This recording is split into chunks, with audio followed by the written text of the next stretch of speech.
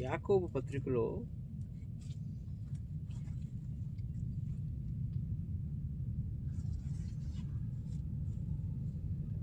ఆసక్తితో ఏలియా ప్రార్థన చేశాడంట. ఆసక్తితో అన్నాడు. శక్తితో కాదు, దేవుని శక్తి ఉంది, ఆ శక్తితో కాదంట. ఆ శక్తి మీద భయంకరంగా ఆసక్తి పెట్టుకున్నాడంట. ఆసక్తితో ప్రార్థన చేస్తే 3.5 సంవత్సరాలు వర్షము కురవలేదు అన్నాడు. మరలా అదే తిరిగి ఆసక్తితో ప్రార్థన చేస్తే 3.5 సంవత్సరాలు మరలా వర్షం. చాలా సింపుల్. మనకి ఏలియా మన వంటి స్వభావం గలవాడని చెప్పటం, కానీ ఆయనలాగా ఆసక్తితో ప్రార్థన చేయడం మాత్రం కష్టం. అలా చేసినప్పుడు మాత్రమే ఏ కార్యమైనా సఫలపరచబడుతుంది. హల్లెలూయా. ఏలియా ఆసక్తితో ప్రార్థన చేస్తున్నప్పుడు మేఘం ఏమీ రాలే. మేఘం కనబడుతున్నప్పుడు ఏ సూచన కూడా కనబడలే, ఏడోసారి తప్ప. కానీ ఆసక్తితో చేసే ప్రార్థన ఆగలేదు. మనం ఒకసారి చేసి, 2 సార్లు చేసి, 3 సార్లు చేసి, 4 సార్లు చేసి, 5 సార్లు చేసి ఆగిపోతాం. మన దగ్గర ఉన్న ఆశ అంతే. ఏలియా ప్రార్థన అటువంటిది కాదు. 7 మార్లు వరకు ప్రార్థన చేస్తాం ఆసక్తితో. అప్పుడు కనిపించిందంట అది కూడా చెయ్యంత మేఘం. మనకి దేవుడు చాలా విషయాలు చెప్తూ ఉంటాడు, మనం కనిపెడతాము, కనపడదు, వదిలేస్తాం. మళ్ళీ అడుగుతాం. మామూలుగా అడుగుతాం, ఆసక్తితో అడగడం. ఉపవాసముతో ఉన్నాడు, ఆసక్తితో ఉన్నాడు, 24 గంటలు అదే ప్రార్థన చేస్తున్నాడు. హల్లెలూయా. 24 అవర్స్ అదే ప్రార్థన చేస్తున్నాడు ఆయన, వేరే ప్రార్థన చేయట్లే. మనం పట్టుమని 10 నిమిషాలు ప్రార్థన చేస్తాము, వదిలేస్తాం, మర్చిపోతాం. మన ఆసక్తి అది. 7 మార్లు వరకు కూడా తన ఈ తల ఈ 2 కాళ్ళు మధ్యలో వచ్చిందని ఉంది బైబిల్లో. ప్రార్థన చేస్తున్నప్పుడు అంట అతని తల ఈ మోకాళ్ళ మధ్యలో దింపేవాడంట. ఇట్లా అంటే భూమికి ఆంచుకుంటే, భూమికి రాజు మనం ఇక్కడ మోకరిస్తే అక్కడ పెడతాం తల. అది కాదు, 2 కాళ్ళ మధ్యలోకి వచ్చేదంట ఆయన తల. అంత ఆసక్తితో చేసేవాడంట.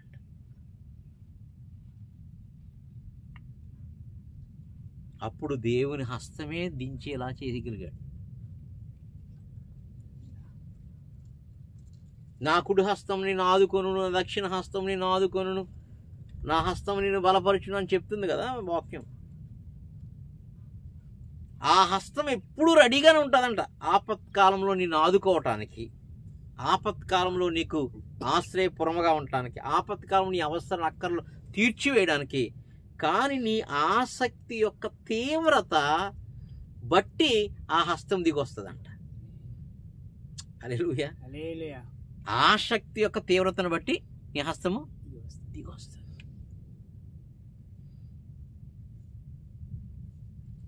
మనం చాలా ఈజీ, 3 సంవత్సరాలు వర్షం రాకూడదని ఆపేయడం లేదు. ఎంత ఆసక్తిగా ముందు ప్రార్థన చేసా మాట పలికాడు, అది గమనించాలి. హల్లెలూయా. మరలా ఆగిపోయిన తర్వాత ఎంత ఆసక్తితో ప్రార్థన చేస్తే ఆ వర్షం దిగొచ్చిందో అది గమనించాలి. హల్లెలూయా.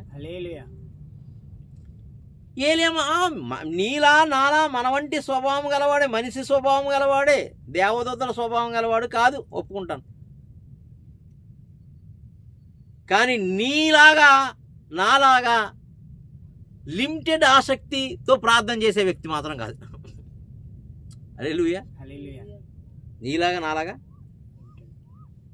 అతను ప్రార్థన చేశాడంటే మేఘమైనా దిగి రావాలి, అగ్ని అయినా దిగి రావాలి, దూత అయినా దిగి రావాలి, పరలోకం నుంచి అప్పమైన దిగి రావాలి, నీళ్ళ బుడ్డి అయినా దిగి రావాలి. అంతకు మించి ఇంకా వైరాగ్యంతో ప్రార్థన చేశాడంటే దేవుడే దిగొచ్చి నేను కలుసుకోబోతాను, ఏకాంతంగా ఉండి ప్లేస్కి వెళ్ళమని చెప్పాలి. హల్లెలూయా. అంటే ప్రార్థన యొక్క తీవ్రత చూడండి, ఆసక్తి చూడండి. మనం ప్రార్థన చేస్తే చేశాను కానండి ఏం కనపడలేదండి, చేశాను కానండి ఏమి సూచన ఏం దొరకలేదండి, చేశాను కానండి మసకగా ఉందండి, చేశాను కానీ ఏదో చెప్పాను కదా పాస్టర్ గారు, ఈయన అన్నాడా ఏదో రాత్రి చెప్పాను కదా అన్నాడు, నీ ముఖం చెప్పాను అన్నా నేను. హల్లెలూయా. కానీ ఆయన ప్రార్థన చేస్తే అక్కడ రికమెండేషన్ మొదలవుతుంది. ఇప్పుడు ఏలియా దగ్గరికి ఎవరు అప్పములు కాల్చుకుని బయలుదేరతారు? నేను రెడీ, దేవదూతలు క్యూ. హల్లెలూయా. హల్లెలూయా. దేవదూతలు క్యూ. అంటే దేవదూతలు కూడా పోటీ ఇస్తాడన్నమాట ఆయన ప్రార్థనకి. హల్లెలూయా. ఆయన భయంకరమైన భీకరమైన కార్యాలు చేసే దేవుడు తన సన్నిధితో దిగి వచ్చినప్పుడు అందరూ భయపడతారేమో, కానీ ఇతను మాత్రం ప్రార్థనా శక్తితోటి ఆ వాకుల దగ్గరికి వచ్చి చిత్తం ప్రభువా ఏలియా నేను రోషం కలిగి ఉన్నానంటాడు. రాళ్ళు భయపడుతున్నాయి, రప్పలు భయపడుతున్నాయి, అన్నీ భయపడతాయి, ఈయన మాత్రం భీకరత్వంతో ఉన్నాడు. పాపం లేనోడికి భయం ఎక్కడ? పాపం లేనోడికి భయం ఎక్కడుంది? పాపం లేనోడు ప్రార్థన ఆలకించనని ఎక్కడ చెప్పాడు? నా చెయ్యి ఏమైనా కురచయిందా అని చెప్పాడు. ఎక్కడ? పాపాత్ముల మధ్యన కురచయిందని, పరిశుద్ధుల మధ్య నా చెయ్యి.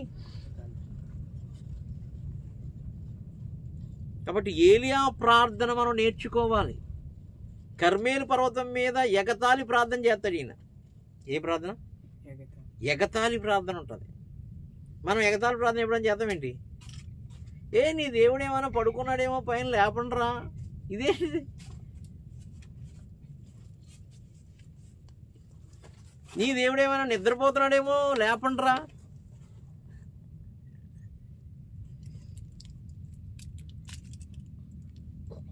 కానీ ఏలియా ప్రార్థన ఎందుకంత ఎగతాళి, ఎందుకంత, ఏంటంత భరోసా ఏంటి? నీ ప్రార్థనలో వినడు, నా ప్రార్థన దేవుడు విని ఉన్నాడనే ఆసక్తి ఆయనకుంది, నమ్మకత్వం ఆయనకుంది, విశ్వాసం ఆయనకుంది. అంతే, చిన్న ప్రార్థన చేశాడు అంతే. అగ్ని దిగి వచ్చడం, బలిపీఠం మీద ఉన్న పశువుని నీళ్లను కందసంతో సహా, కందకుమ నీళ్లతో సహా దహించి వేయడం జరిగింది. హల్లెలూయా. హల్లెలూయా. మనకిప్పుడు ఆ శత్రువు యొక్క బలహీనత, శత్రువు యొక్క అపజయముని ఎగతాళి చేయగలిగే ప్రార్థన శక్తి మనకి ఎప్పుడుంది? శత్రువు చూసి మనం పారిపోతూ ఉంటాం, శత్రువుని చూసి భయపడిపోతాం, శత్రువు చూసి మనకు సిగ్గు చేస్తూ ఉంటుంది, శత్రువు చూసి మనకు చింత చేస్తూ ఉంటుంది దేవుడు. కానీ ఏలియాకు మాత్రం శత్రువు నా చేతిలో చిక్కబడ్డాడనే నమ్మకత్వం ఉంది ఆయన.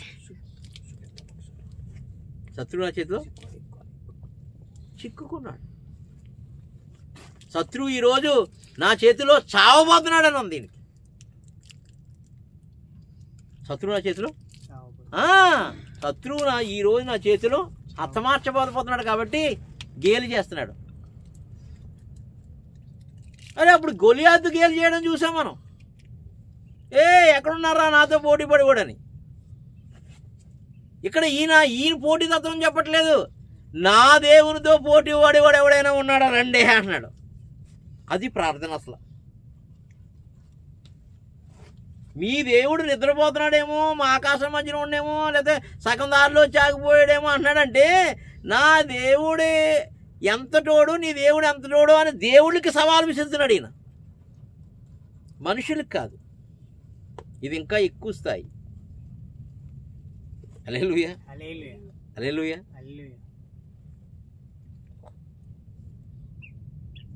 ఈ విశ్వాసం మనకు వచ్చేయాలి. హల్లెలూయా. ఆశ్రయపురాల విషయంలో అదే నాకు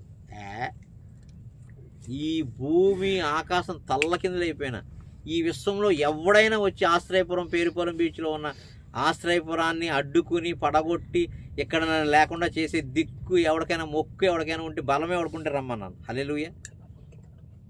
ఎవరిని బట్టి తెలుసా? ఈ లోకంలో ఏని బట్టి కాదు, వాగ్దానము చేసిన వాడిని బట్టి.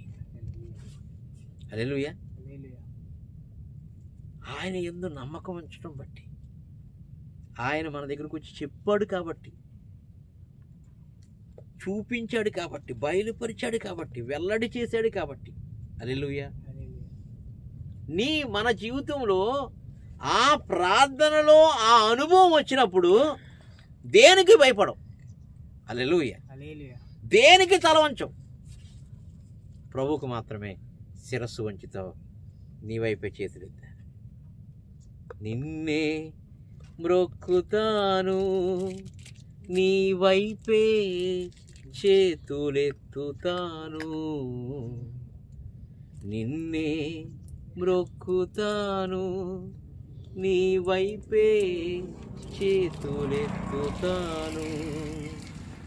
నేనే స్థితిలో ఉన్నా నిన్నే స్తుతిస్తాను.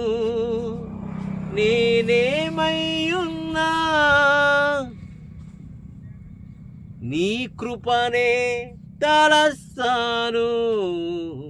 నిన్నే మ్రొక్కుతాను, నీ వైపే చేతులెత్తుతాను. హల్లెలూయా. సూర్యుని కూడా ఆపేస్తాడు యెహోషువ ప్రార్థన శక్తి. కాబట్టి మన ఆసక్తిని బట్టి ఆత్మ సహాయము దొరుకుతుందని చెప్పడానికి మాటలు చెప్తాను. నీ ఆసక్తి ఎంత ఉందో అందుకనే విశ్వాస పరిణామము చొప్పున వాడికి తిరిగి వెళ్తుంది అన్నాడు. హల్లెలూయా. ఎంత దాహం ఉందో అని నీళ్ళు తాగలుగుతావు. ఎన్నో రోజులైందంట దుప్పి తాక. అందుకని ఆ దుప్పుని కొరకు ఎంత రిస్క్ చేస్తుందో, కొండల మించి చచ్చిపోతుందేమనిపిస్తుంది అనమాట. అంత హై పీక్ స్టేజ్లో ఉన్న కొండల మించి దూక్కుంటూ వస్తుందంట ఆ నీటి వాసన కోసం, నీరు కోసం. అలా దావీదు కూడా చేసి చేసి చేసి చేసి చేసి చేసి ఇక పాట పాడేటప్పుడు అదిగో ఆ దుప్పు ఉంది కదా, ఆ దుప్పి నీటి వాగుల కొరకు ఎట్లా ఆశపడుతుందో నా ప్రాణము నీ కొరకు అంత ఆశతో ఎదురు చూస్తుందయ్యా అన్నాడంట. అప్పుడు కొలతలేని ఆత్మనిచ్చి నీవు నా హృదయానుసారుడు అన్నాడు దేవుడు. నీ ఆసక్తి, నీ తీవ్రతను బట్టి, నీ విశ్వాసమును బట్టి, నీ అత్యాశను బట్టి నీ ప్రాణమును తృప్తిపరుస్తాడు ఆయన. హల్లెలూయా. హల్లెలూయా. హల్లెలూయా. ఈ తీవ్రత మన మోకాళ్ళ ప్రార్థనలు, మన చేతులు, మన ఉపవాసాలు, మన కన్నీరులు, మన పాటలు, మన విజ్ఞాపనల ద్వారా ఆయన దగ్గరికి వెళ్తారు.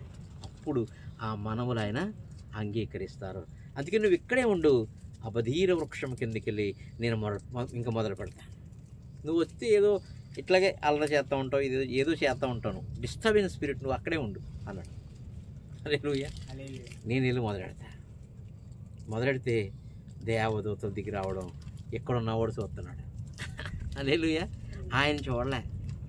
ఆయన చూడక ఎలా ఉన్నాడంటే చేసి చేసి చేసి చేసి ప్రార్థన చేసి చేసి సొమ్మసిల్లి పడిపోయి ఉంటే దూత వచ్చి తట్టి లేపుతుందంట.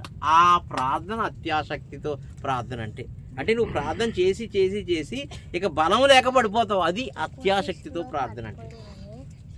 అలా ప్రార్థన చేసి మూర్ఛిల్లి పడిపోయినప్పుడు దేవుని ఆత్మ వచ్చి నిన్ను బలపరచటానికి ఎవరినైనా పంపించవచ్చు, లేకపోతే ఆయనైనా రావచ్చు. వచ్చింది ఇక ప్రార్థనకి జవాబు రావడం కాదు, వచ్చిన తర్వాత ఆ జవాబు యొక్క విజయాలు ఇక ఎలీషా మీదకి వెళ్తూ ఉంటాయి. హల్లెలూయా, హల్లెలూయా, హల్లెలూయా. ఇక ఎవరెవరిని అభిషేకించాలో వారి మీదకి వెళ్తూ ఉంటుంది. హల్లెలూయా. అంత ఆసక్తితో ప్రార్థన చేసేవాడు ఏలియా మామూలుడు కాదు. కాబట్టి ఏలియా మీద ఉన్న ప్రార్థనా శక్తి అభిషేకం మనకు కావాలి. అది అత్యాసక్తితో కూడుకున్నటువంటి, ఏదో ఆశించి కాదు, దేవుని మీద ఉన్న వైరాగ్యం కొరకు, దేవుని ముఖము, దేవుని దర్శనము, దేవుని యొక్క పిలుపు, దేవుని యొక్క శక్తి, దేవుని యొక్క కృప, దేవుని యొక్క స్వరము, దేవుని యొక్క నడిపింపు కొరకు ఎదురు చూసే అభిషేకం. అందుకని యెహోవా దేవుడా అంటే జనాలు కాదన్నారు, అగ్ని దించినప్పుడు యెహోవాయే దేవుడని ఎలుగెత్తి చెప్పారు. అది ఆసక్తితో ప్రార్థన. హల్లెలూయా. ఆ ఆసక్తితో ప్రార్థనలో అంతమొందించే అభిషేకం ఉంటుంది. అదే బయలు ప్రవక్తల్ని అతమారుస్తాడు. ఎవడ సహాయాన్ని తీసుకోడు. ఒక్కడే కత్తి పట్టి 850 మంది బయలు ప్రవక్తల్ని, యెజబేలు ప్రవక్తల్ని అతమారుస్తాడు. అంత శక్తి పొందుకున్నవాడు ఏలియా ఇంకా అన్నం తినలేదు. అప్పుడు ఆహాబుతో చెప్తున్నాడు, నీ గుర్రమును వేసుకుని బయలుదేరు, ఇక్కడ వర్షం. గుర్రాలు వేసుకుని బయలుదేరుతున్నాడు. వీడు పెద్ద పోటుగాలాగా వీళ్ళందరినీ చంపేసి పనంతా ముగించేసి అప్పుడు పరిశుద్ధాత్మ బలముతో పరిగెడుతున్నాడు గుర్రాల కన్నాను. అందుకని గుర్రములను కన్నా రథముల కన్నా ఈయన పరుగు గొప్పది. హల్లెలూయా. ఇది ఏ పరుగు అంటే ఆత్మలో పరుగు. అందుకని పిలుపు కూడా అది ఆ గుర్రాలు చాలా స్పీడ్గా వెళ్తున్నాయి. కందాకే రాణి దగ్గర పనిచేస్తున్నటువంటి మంత్రి వచ్చాడు. యెషయా గ్రంథం 53 పత్రిక కొనుక్కుని వెళ్తున్నాడు. అప్పట్లోనే సౌత్ ఆఫ్రికా నుంచి వచ్చి ఆ రథాల కన్నా పిలుపు ఆత్మబలంతో పరిగెడుతున్నాడు. ఎందుకు తెలుసా? అప్పటికి 4-5 రోజుల నుంచి ఉపవాసంలో ఉండి పరిశుద్ధాత్మతో తన ప్రజలందరూ, తన సమరయ సంఘం అంతా నింపబడాలని అత్యాసక్తితో ప్రార్థన చేశాడు. ఆ ఆసక్తి చూసిన పరిశుద్ధాత్మ దేవుడు అక్కడొకడు ఉన్నాడు రా, ఆ రథాల కన్నా నీ రథాలు గొప్పవే, ఆత్మలో పరిగెట్టమని పిలుపుకి రథములు పరిగెడుతున్న వాడి దగ్గరికి పరిగెట్టించాడు. ఈ పక్కన రథం పరిగెడుతుంది, ఈ పక్కన గాలి బొటన వేలు కింద ఆనకుండా గాల్లో ఆత్మలో ఎగురుతూ వాక్యం చెప్తున్నాడు. ఎవడు? ఎక్కడ అనకుండా అప్పుడు వాడు రథాలను ఆపాడు ఆ ప్రసంగం విని. అప్పుడు వరకు ఈయన పాదాలు ఇంకా మోపడే. అప్పుడు ఆగినప్పుడు ఇతను కూడా ఆగాడు. ఆగినప్పుడు వాడు అడుగుతున్నాడు, నీళ్లు పక్కనే ఉన్నాయా అంటే. అసలు ఎప్పుడు ఎన్నడూ దేవుని మాటే వినని వీడు, ఎప్పుడు ఎన్నడూ యేసుప్రభు అంటే తెలియని వీడు ఏం చేశాడు? వెంటనే నాకు కూడా బాప్తిజనం అప్పుడే ముగించుకొని వచ్చాడు. ఇక్కడ కొత్త బాప్తిజనాలకు మరలా ఆత్మలో పరుగు ఎవరిలో ఉందంటే ఏలియాలో ఉంది. పిలుపు పనోడు అనుకున్నారు అందరూ. 7 మంది పరిచర్య కోసం పిలువబడ్డాడు. ఆయనలోనికి కూడా వచ్చేసింది. ఇక్కడ నీలోనికి, నాలోనికి, మనలోనికి, లేదా పెద్దోళ్ళలోనికి, చిన్నల్లోనికి అని ఉండదు. అందరూ యాకోబు చెప్పినట్టు ఏలియా స్వభావం మనలాంటి స్వభావం గలవాడే, కానీ ప్రార్థనలో మనలాంటి స్వభావము అనిదేలు పెట్టలాగా మనంతా ఇప్పుడు గుడ్లు పెట్టము, పొదగపోదు, గుడ్లు పెట్టము, పొదగపోదు, పిల్లలు బయటికి రావు, అలాగే అంటూ ఉంటాం. దానిదండి ఆ గూటి పేజీ కిందకి రా ఏదో చేస్తారే కూడా. మన వాళ్ళు ఇంకా కొంచెం అడ్వాన్స్కి వెళ్ళి మాట్లాడాలంటే అది కోడు అట్లా అంటది కదా. ఇలా కూడా భాషలో అరే అంటే భాషలు మాడదామంటారు తప్ప.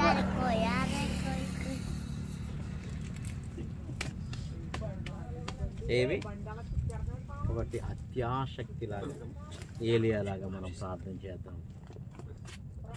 ఎదురాడే ఎవడనైనా వేసేసే శక్తి దాంట్లో ఉంటుంది. హల్లెలూయా. ఎదురాడుతున్నారంట పట్టుకుందామని, ఏలియాని వేసేద్దామని. ఆడనే వేసేమన్నాడు దేవుడు. ఆ ముహూర్తం ఫిక్స్ చేయించాడు ఏలియా ద్వారా. హల్లెలూయా. కాబట్టి ఈ లోకంలో ఏ ఆయుధము నీ ఎదుట వర్తిలదన్నాడో అత్యాసక్తితో ప్రార్థన చేసినాడు. కాబట్టి మన ఆశ్రయపురాలకి ఏ ఆయుధము వర్తిల్లదు. ఎందుకంటే ఆయన జగత్ పునాది వేయబడకముందు అన్నిటినీ ఇరిసి మూట కట్టి అరమగిద్దోను లోయలో పడేశాడు. అక్కడ అమెన్గోగు లోయ ఉంది, అమెన్గోగు లోయలో కాలుతాడు అట్లా. హల్లెలూయా, హల్లెలూయా. మనకై ఉంది ఇక్కడ పక్కన సముద్రంలో పాతాళంలో పడేస్తాడు అంతే తప్ప మనం మాత్రం మునగం. సముద్రం మీద నడిచిపోతూ ఉంటాం, ఎరికో గోడను కూల్చుకుంటూ పోతూ ఉంటాం, ఎర్ర సముద్రాన్ని చీల్చుకుంటూ పోతూ ఉంటాం తప్ప మనం మాత్రం ఎక్కడ మునగము. ఇది ప్రార్థనా శక్తి. హల్లెలూయా. అది దానికి ఉపవాసంకి అత్యాసక్తి తోడవ్వాలి. అత్యాసక్తితో ఎంత ఎంత అత్యున్నతమైన ఎంత ఆశ ఉంటుందో ఆ ఆశ అంతా ప్రాణం పోయేంతగా చూడండి. ఆశపడతాం కదా మనం, చాలా ఆశపడినప్పుడు ఎలా ఉంటుంది? అది కావాలనో ఇది కావాలనో ఆశపడతారు కదా, అన్నీ కావాలని ఆశపడతాం. కానీ పరిశుద్ధ ఆత్మలో ప్రార్థన ద్వారా అత్యాసక్తితో రగిలించబడాలని సంఘము ఆశపడదు. ఎవరో ఉన్నారు కొంతమంది, మోహన్ శీలాదరస్ గారు లాంటి వాళ్ళు సంఘాలన్నీ కూడా అత్యాసక్తితో ప్రార్థన చేయాలని పెడుతున్నారు. అటువంటి భక్తులు కొంతమంది ఉన్నారు, వాళ్ళ కోసం నేను మాట్లాడట్లా. హల్లెలూయా. ప్రవీణ్ అయ్య గారు లాంటి వాళ్ళు అత్యాసక్తితో ప్రార్థన చేశారు, అట్లాంటి వాళ్ళ కోసం మాట్లాడలేదు. సంఘాలు చాలామంది, సేవకులు చాలా మటుకి, మనం చాలా మటుకి అత్యాసక్తి ప్రార్థన లేదు. అట్లాంటి అత్యాసక్తి ఉంటే అంత్య దినములు ఉద్యమము ప్రపంచంలో అక్కడి నుంచి ఇక్కడి నుంచి కదా ఆశ్రయపురం నుంచి వెళ్తుంది. హల్లెలూయా, హల్లెలూయా, హల్లెలూయా. అట్లాంటి ఏలియా ప్రార్థన మనం నేర్చుకుందాం, ప్రకటిద్దాం, బోధిద్దాం, ప్రాక్టీస్ చేద్దాం. మనం కూడా ఆ విధమైన శూరమైన కార్యాలు దేవుని కొరకు చేద్దాం. యెహోవాయే దేవుడు, యెహోవాయే దేవుడని ఈ భారతదేశం అంతా యేసే దేవుడు, యేసే దేవుడు అని చెప్పేలాగిన మన ప్రార్థనలు మొదలు పెడదాం. తండ్రి నీకు